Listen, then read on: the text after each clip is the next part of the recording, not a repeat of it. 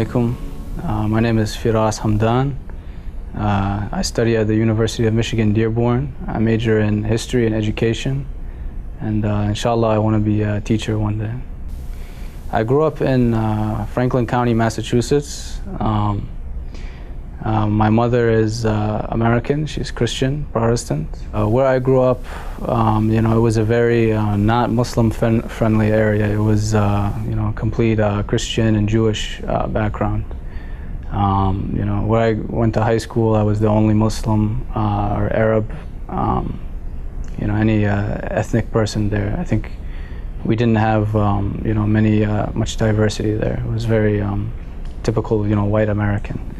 My mother, she was a very devout Christian. So, she, I remember when I was a kid, she always had a Bible right next to her bed, on her nightstand. Every day, I'd go into her room and I'd see it there. And every now and then I'd look through a few verses here and there, and some would make sense to me, some not. I guess you could say, I was raised, more so in a Christian family. We celebrate Christmas every year.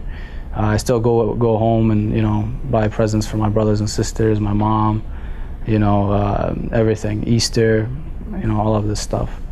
My father, he's a Muslim, but, I wasn't around him too much when I grew up. I was mostly around my mother. My mother actually worked at the same school I went to, the elementary school I went to.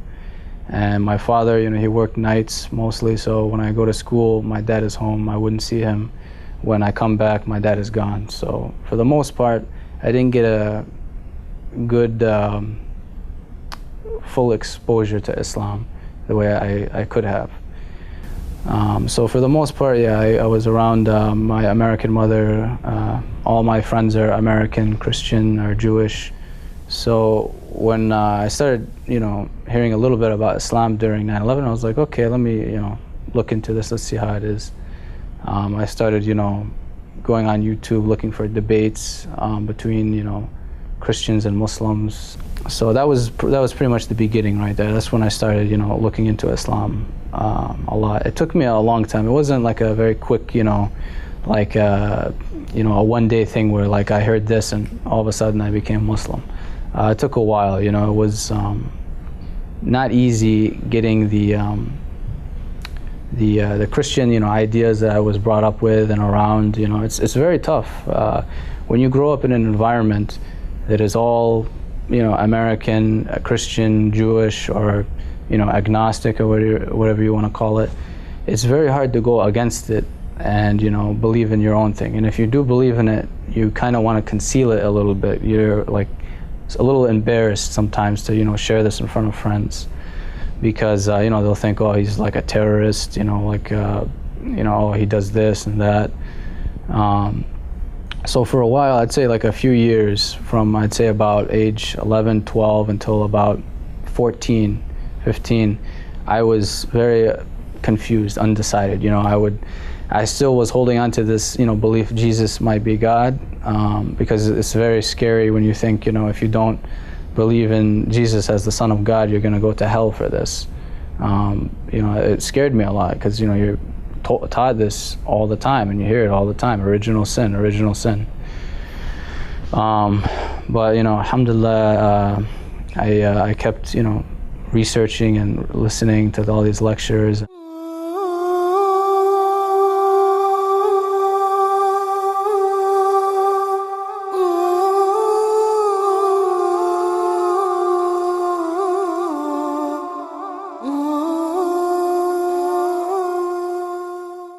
So when I first was like, okay, every question that I've ever asked, about Islam being legitimate, I felt like I got an answer for it. And anything about Christianity that made it seem more shaky, it was confirmed. So it came to a point when I was I'd say about 15 years old, when I was a freshman in high school. I was pretty confident that, I'm going to be Muslim. I took my shahada, I told my father that, I believe in Islam, and everything like that. But there was a little issue. At that time, where I lived, there is no Muslims. I never met a Muslim before except for my dad, let alone a Shia Muslim. So I had no, networking. I couldn't ask this person, how do you pray? How do you do this? Everything I had was online, and at that time in my house, we only had one computer, way back when we had, the desktops. We didn't have laptops and, smartphones and stuff like that. So we had one computer, and there's 5 kids in the house, and my mother and my father. So, it's very hard to, get the computer for a long enough time to want to research what you want. So every time I'd go on the computer, I was very concerned, who's watching me. Like, I didn't want my mom to see what I'm, listening to, because I know how, upset this would make her. I didn't want my brothers and sisters to see it because, they think like, they'll tell on me. They'll tell my mother and say, oh, look what Faraz is listening to. He's listening to some guy with a beard and a turban, probably telling him to do something violent. So I remember I used to wake up. I would pretend I'm going to sleep, okay? I would wait until my father gets off the computer, or whoever's on the computer. I would go downstairs around like 2 a.m. and that's when I go and I start listening to lectures, just so I know nobody would see me, anybody in my family. I would listen to all these debates between, Christian priests and ministers and, Sunni Muslim scholars. And I did that for a long time. I remember my father would catch me and he'd be like, what are you doing? Go to bed. You have school in the morning. But I was addicted, honestly. I was very addicted. I wanted more and more knowledge, When you learn one thing, it makes you want to keep going and going and going, just the curiosity, it gets to you. So during that time, I was practicing as a Sunni because I didn't know any Shias. And all of the stuff that I found online was, from, Sunni websites. And I prayed like a Sunni, I did everything. It came down to, one time where my dad, I was talking with him, about some things. And my dad's like, no, this is not what, Shia do. This is what Sunnis do. I was like, well, how do you know what Shia is believing is right? He's like, it's just right, do it. Don't say this. It's a Sunni way. So I was like, okay, let me give, my dad's, he comes from a Shia background. Let me give his faith, a test. So I went online and I looked up Shia Islam. And, I was trying to find, some websites that like, they looked legit, that looked like, they're from like, somebody who was a scholar or, and whatnot. And, I came across a video, Misconceptions of Shia Islam, that, it didn't, I didn't become Shia because of that video, not at all, but it opened up my, thinking. I was like, oh, okay, well, there's explanation for that. It's not this simple, So one time, when I was, when I first met, my Muslim friends for once in my life, they were mostly from Ahl Sunnah. I didn't see them for a while. I used to visit them every weekend, and I used to hang out with them all the time. We do all kinds of things, play basketball, go to movies, typical American lifestyle. We're with an Islamic surrounding. I come back, I go visit them after not seeing them for a couple of months, and I come back, they had long beards down to their chest. They wear dish dasher all the time, and they don't go to movies. It's bid'ah to go to movies. And they completely changed. They became very Wahhabi, and they invited me over. They took me down to their basement, and all of them were there, about like 8 people, and they sat me down. They told me, Faras, you're our friend, and we care about you, and we don't want you going to hell because you're Shia. And they would tell me, Faras, listen, you don't have to be Shia because your father is Shia, there's you can be Sunni, it's fine. And I start smiling at them. I'm like, these guys, they don't know anything about how I grew up. I told them, I said, listen, man, this never bothered you before that I was Shia. Why does it bother you now? And for your information, you know, I'm not Shia because my father is Shia, you know. It says in the Quran, you know, when the Prophet was trying to, you know, bring Islam to the polytheist Arabs, they say, will you believe on what I tell you? And the older Arab guys, they say, no, we believe what our fathers believe. So I told him, I'm not a Muslim that just believes in Islam because my father is Muslim. No, I'm Shia because I went out, I did the research, I learned, I, you know, put them both on scales, and I chose Shia Islam. I chose Ahlul Bayt. And, you know, they start getting into questions like, you know, oh, you know, you guys do this, you guys do that, you know, you worship the imams, you know, you do bid'ah. I told him, you know, tell me, give me one hadith, give me anything that tells me we worship the imams. Explain to me. And, you know, of course they can't say anything, they don't know anything.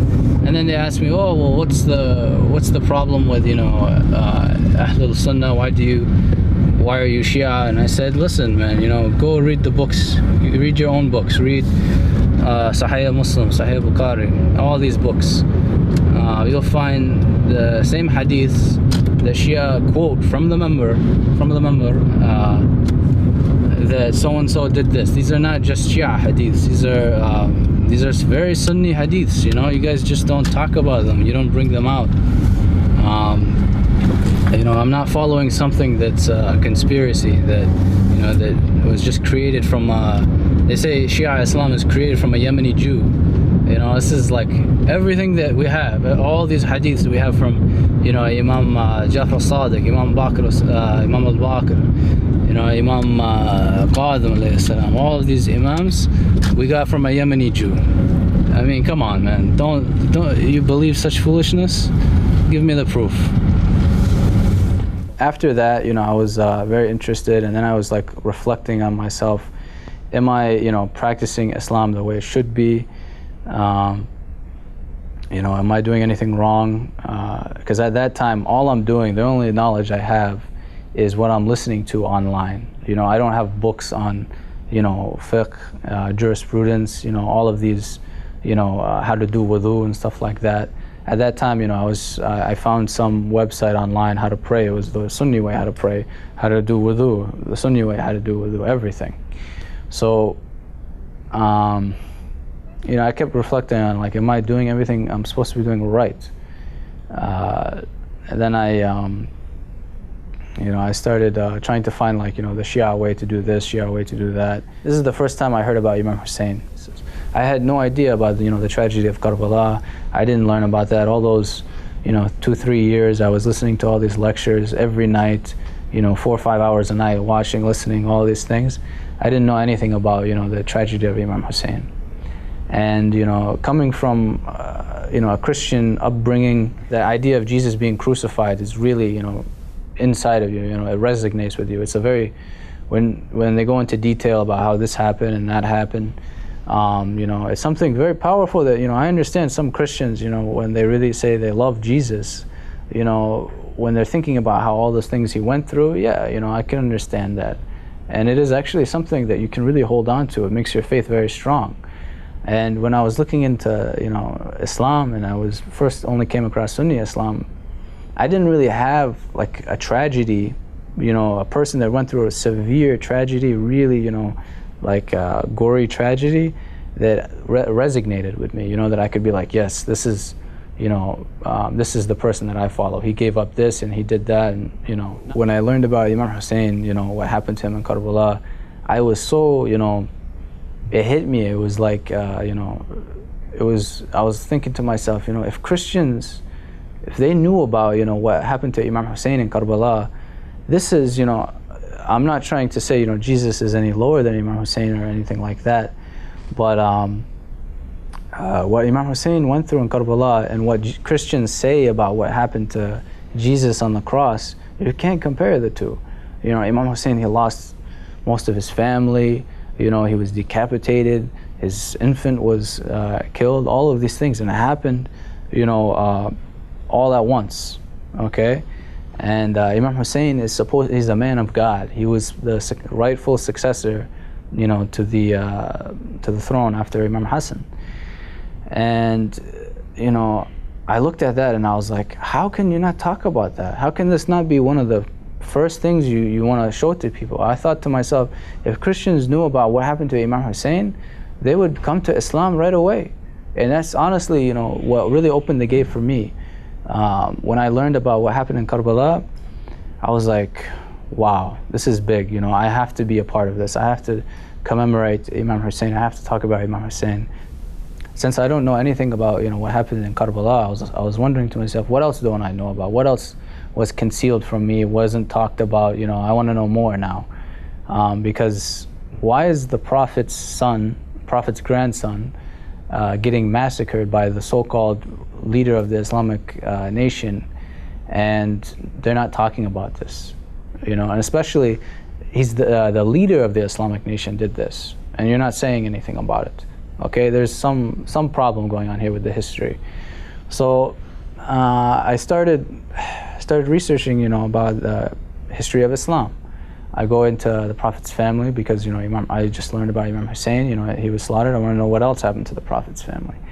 And, you know, like from the lectures I've heard Sunnis talking about Shias, they would always say, you know, the Shias exaggerate. They, you know, they only love the Prophet's family. Da da da. So I was thinking to myself, I'm like, what causes them to have this severe love? Because they always talk about how they cry and all this stuff, and, you know, I was like, there has to be a reason for why are they crying, you know? What is this, you know, strong love that they have for, you know, Ahlul Bayt? I want to know. So I started looking, and then, you know, I came across, of course, Imam Ali alayhi salam, and you know, Imam Hussein is what brought me into Shia Islam. But Imam Ali, he's what really, you know, kept me. You know, Imam Ali, all of the hadith about him were so amazing. And again, you know, it made me very angry. You know, I'm hearing all of these beautiful hadith about Imam Ali, and they're not told. The character of Imam Ali is just so far superior to anyone else. You know, and I didn't understand, why is this not talked about? So that's what really got me into it. After Imam Ali, then I started looking into all of the Ahlul Bayt, and that's when I was like, okay, that's it. Now I'm going to take a second Shahada. Now I'm, you know, Ali and Waliyullah. It got me right there. And at this point, you know, I was around 18 years old, about a senior in high school. That's when I found out.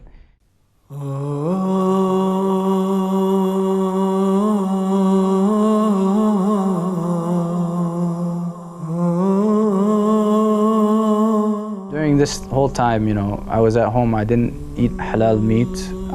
You know,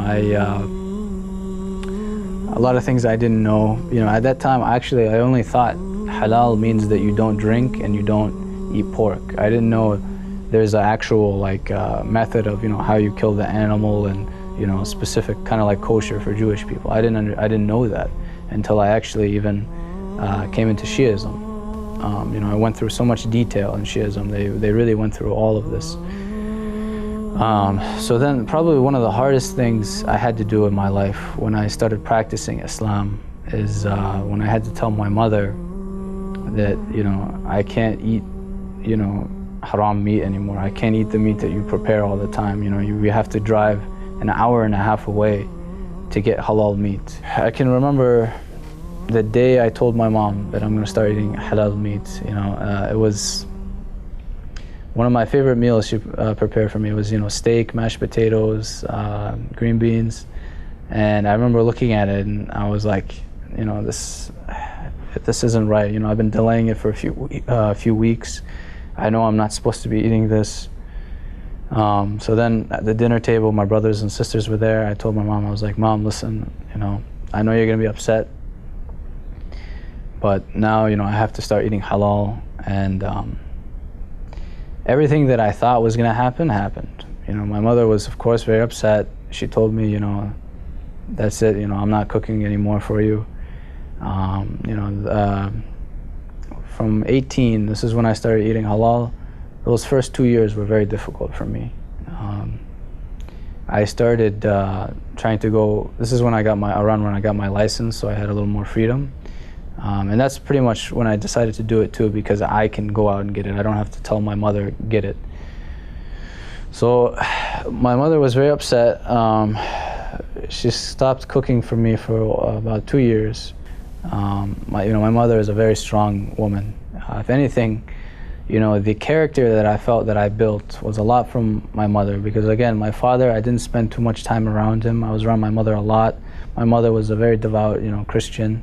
She had very strong morals, and she was a very strong woman. Nobody would tell my mom, do this and do that. My mom had a lot of respect for herself, I saw a lot of characteristics. After I learned about, Sayyida Zainab alayhi salam, I seen a lot of characteristics that, Sayyida Zainab had that my mother, also had too. So I guess you could say my mom, a lot of Islamic characteristics that I picked up, I actually picked it up from my mother, from being around my mother so much. She was a very moral person. She, would never lie, never cheat. She worked very hard. She had 5 kids. She actually went against her family to marry my father, because my father is, an Arab, and my mother, the background she came from, they were obviously not exposed to a lot of Arab, Muslim, people from this region, Middle East. And my mom suffered a lot, went through a lot of struggle. And till this day, my mom has a very hard time thinking it, but I really respect, and of course I love my mom. She did a lot for me and taught me a lot.